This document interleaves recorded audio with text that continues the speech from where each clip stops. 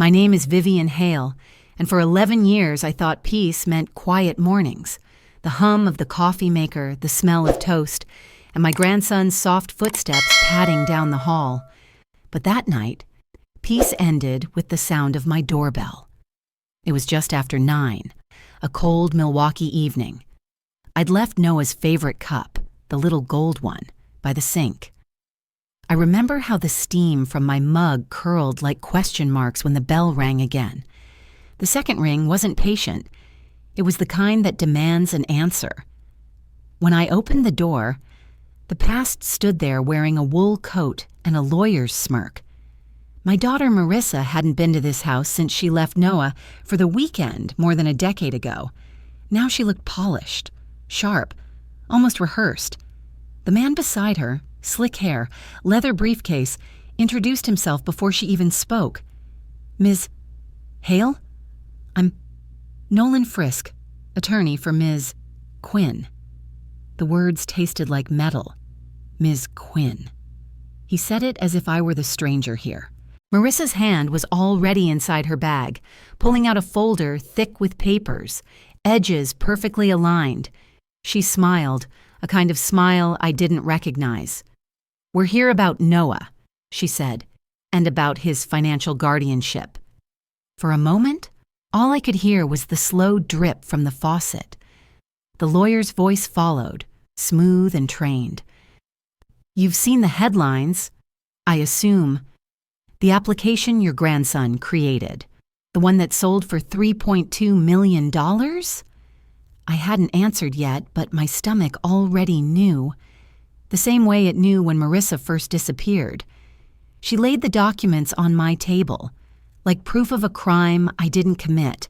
Receipts, statements, even photos, her handwriting on every page.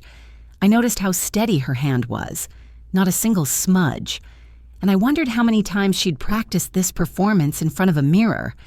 Noah was upstairs, probably sorting his files, the sound of his keyboard faint through the ceiling.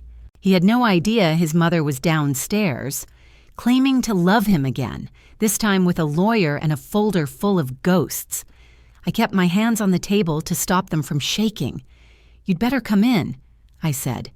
"If we're going to talk about my grandson, let's do it where the light's bright enough to see what's real." The weekend she left him began like any other, rain soft against the windows, the smell of cinnamon oatmeal rising from the pot. I still remember the sound of Marissa's boots on my kitchen tile, that hurried rhythm I used to know from her teenage years when she was already halfway out the door before breakfast. She'd said, "Mom, I just need a couple of days. Work trip to Madison. Can Noah stay here?" Her voice had that thin edge between exhaustion and guilt. I didn't ask questions. Parents of grown children learn which silences keep the peace. Noah was 5 then, small for his age, eyes fixed on the spinning spoon in his bowl. He didn't flinch when she kissed the top of his head. He didn't wave when her car rolled down the driveway. That night, the rain thickened into a storm. I called her cell once, twice, no answer. By Sunday afternoon, the oatmeal pot still sat on the stove, and Noah had begun lining up his toy cars in perfect rows, each one facing east. I remember thinking he must have inherited that neatness from me. When Monday came with no sign of her, I realized it wasn't neatness at all. It was control, a tiny shield against confusion. The police officer who took my report looked at me with that polite patience reserved for family disputes. "She's the mother," he said. "She can take time." He didn't understand she hadn't taken time. She'd taken flight. I watched Noah trace circles on the kitchen table, his small fingers making paths through spilled flour. I decided right then I wouldn't let him get lost in the space she left behind. The next morning, I called the school, the pediatrician, and a social worker I knew from my teaching days. Paperwork multiplied like ivy, temporary guardianship, medical releases, consent forms for therapy. Noah didn't say much, but he followed me room to room, carrying his yellow blanket and humming the same 4 notes. One evening, as I tucked him in, He finally looked at me and asked, "Is it still the weekend?" His voice cracked the shell I'd built all day. I told him yes. For now. It was still the weekend. Then I turned off the lamp and sat in the dark, realizing I had just promised something I couldn't undo. By the end of that week, every drawer in the house had labels. His toothbrush cup was gold because he liked the shine, and though I kept telling myself this was temporary, I knew the truth the moment I wrote his name on the sticker above his bedroom door. The weekend had ended for everyone but us. Mornings started to sound different once it was just the two of us. The house used to echo with silence, but over time it began to hum, coffee dripping, the soft shuffle of Noah's slippers, the quiet click of the toaster. I learned that predictability wasn't boring for him, it was mercy. If the spoon clinked too loud against the bowl or the light flickered when I switched on the ceiling fan, his shoulders would tighten like a coiled spring.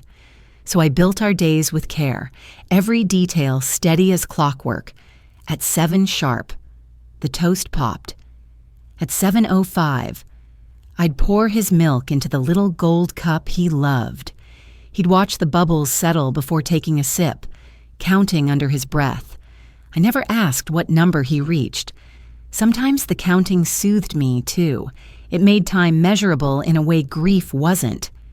The school bus driver learned to wait a full 30 seconds after honking.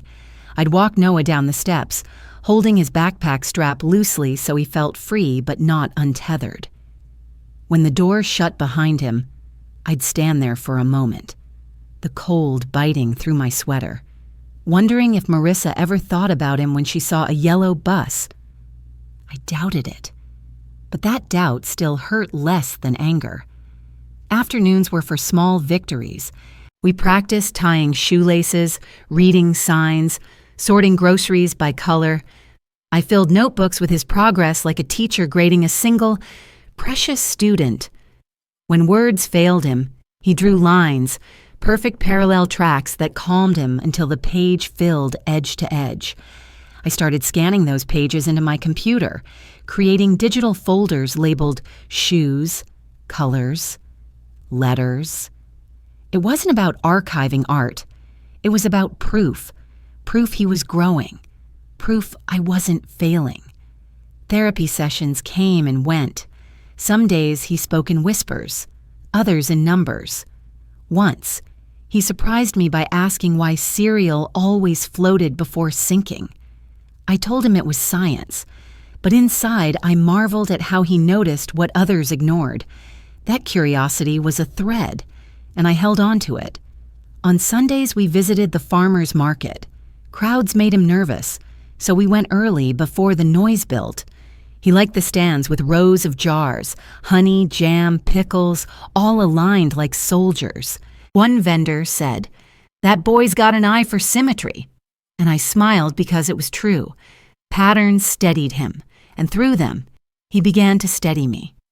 Some nights, after he fell asleep, I'd replay the day in my head, where I'd spoken too quickly, where a light switch had startled him, where I'd managed to make him laugh. I realized I was mapping him like he mapped the world, through repetition, through gentle precision. There were moments of grace hidden in the monotony. One evening, while I washed dishes, he approached with a crayon drawing.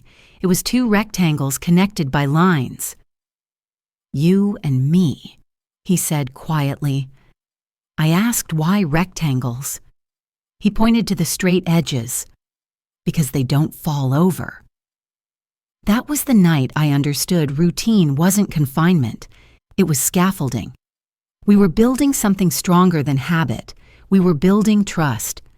And like any structure that lasts, it started with finding the pattern in the noise. It was the 2nd grade fire drill that broke our rhythm. The alarm blared without warning, a shriek sharp enough to slice through bone. By the time I reached the school office, Noah was curled beneath a desk, hands pressed so tight against his ears they'd left red marks. The principal's tone was polite, but clipped, the kind of patience used when someone's already decided you're overreacting. "We have to treat him like any other student. Mrs. Hale, she said. I wanted to tell her my grandson wasn't a category. He was a child trying to breathe under a sound that felt like lightning. That night, Noah didn't eat. He lined his peas into perfect green rows, then pushed the plate away. His eyes were empty in a way that frightened me more than the alarm itself. I called the district office the next morning and asked for an IEP meeting. Those 3 letters that meant every conversation would now require witnesses and paperwork. I walked into that meeting with my old teacher's tote bag filled to the brim, doctor's notes, therapy logs, audio recordings of drills, even the decibel chart I'd printed from a government website. The counselor smiled tightly. "You've done your homework." I smiled back. I used to grade it. We sat under fluorescent lights while they listed accommodations like items on a menu: noise-canceling headphones, flexible testing time, reduced transitions.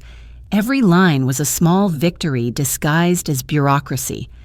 I fought for each one like it was oxygen. By the end, I'd won more than I expected, but less than he deserved. Weeks later, another teacher flagged me down during pickup. "He covers his ears when the bell rings," she whispered, as if confessing a secret. I looked through the classroom window where Noah sat tracing the clock face on his notebook, each minute a tiny safe zone. "He's not ignoring you," I said. "He's surviving the noise." At home, I started cataloging everything: therapy notes, school emails, progress charts. I scanned each page, stored it under labeled folders: IEP Year 1, behavioral notes, sensory responses. It gave me a strange comfort, like building armor out of data. I didn't realize then how important those files would become. There was one night when I nearly gave up. After a particularly tense meeting, I drove to the lake and parked by the pier. The ice was beginning to thaw, the surface cracking in slow sighs. I thought about Marissa, wherever she was, and wondered if she'd even recognize her son now. Then my phone buzzed, an email from Noah's teacher. He raised his hand today, asked why sound hurts. I sat there and cried, not from sadness, but from the relief that someone had finally heard him. When I got home, Noah was on the floor, headphones crooked, humming softly while stacking Legos by height. He looked up and said, "Bell tomorrow?" I nodded. "I'll tell them to warn us first." He smiled, small and fleeting, but it was enough. That night, I scanned the email, added it to the folder, and renamed it Evidence of Progress, because every act of listening, every tiny step forward, deserved proof. By the time Noah turned 13, he had stopped drawing rectangles. Now he preferred grids, tight, even boxes filled with symbols only he seemed to understand. At first, I thought it was math homework until I noticed every square had a label like Daylight 01 or Sound Log 04. He was cataloging his world the same way I'd cataloged his paperwork, only his version ran on code. It began one afternoon when my printer jammed. I'd asked him to help, thinking maybe he could unstick the page with those nimble fingers of his. Instead, he sat cross-legged on the floor and stared at the flashing error light. "It blinks every 3 seconds, he said quietly, counting under his breath. Then he asked, "Can I fix it from the computer?"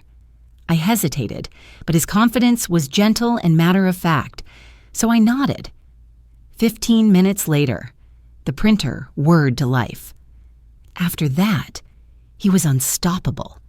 He devoured online tutorials, community college classes, anything that explained how systems talk to each other. I made sure every site he visited was safe, every instructor verified. Still, part of me watched with fear. How could a boy who once covered his ears at the sound of a bell now face a world of infinite noise? He showed me his first program one evening while I was sorting through old receipts. "It checks if files are real," he explained, tapping the screen. I frowned, not understanding. "People lie in papers," he added, almost to himself, "I want to know what's true." That became his obsession. Truth as pattern, honesty as code. He started attaching metadata tags to scanned documents, time-stamping everything automatically. My cluttered folders turned into a living archive. Doctor's notes, school forms, therapy schedules, all sealed with his invisible signature. I remember one night, he looked up from his monitor and said, "Bam, if people can fake stories, can they fake time?" The question froze me. I told him time leaves traces, just like fingerprints. He nodded, saving the file under the name Proof That Time Exists. That winter, he entered a local hackathon at the library. The challenge: create a tool to verify digital records. I nearly talked him out of it, worried the crowd would overwhelm him. But he said, "It's quiet when I'm coding." He sat at a corner table, noise-canceling headphones on, surrounded by teams twice his age. By the second day, mentors from a tech firm called North Loop Labs hovered behind him, whispering to each other. When the results were announced, Noah didn't even look up. His team won first place. I clapped so hard my palms stung, and for once he didn't flinch at the sound. A month later, an email arrived. North Loop Labs wanted to buy his code outright. $3.2 million. I read the number twice, thinking there must be a decimal missing. He didn't smile or celebrate. He just said, "They believe me now." That night, I poured us both milk in the gold cup. He drank first, counted the bubbles, and whispered, "Truth needs structure." I realized then that he wasn't just building programs. He was building proof that neither of us had wasted all those years fighting to be heard.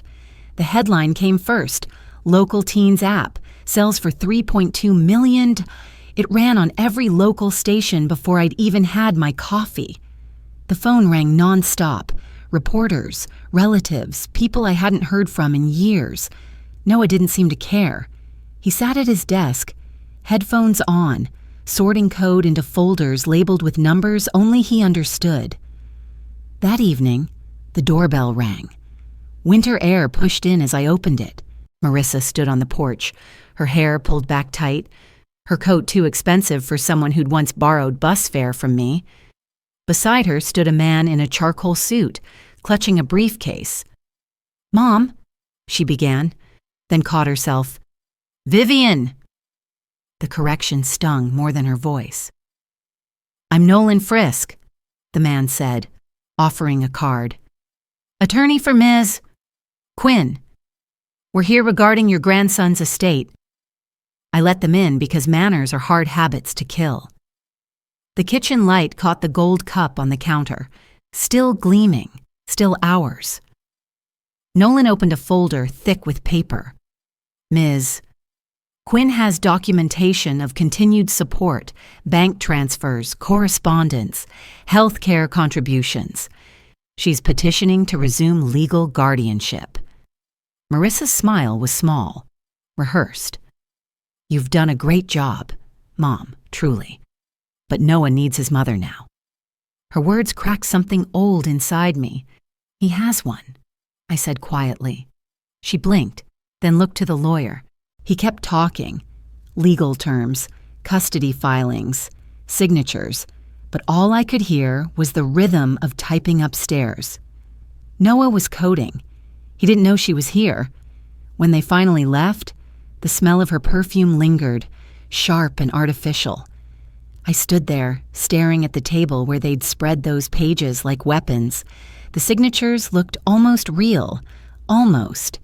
I went to Noah's room and watched him work, his face lit by the screen. "Bam?" he asked without turning around. "You okay?" "I'm fine, sweetheart," I said. Though my heart pounded, he went back to typing, and I realized that somewhere in this house, buried among the folders and timestamps, was everything we'd need. If Marissa wanted a fight built on lies, she'd have to face a truth that didn't blink. The courtroom was colder than I expected, all stone and fluorescent light.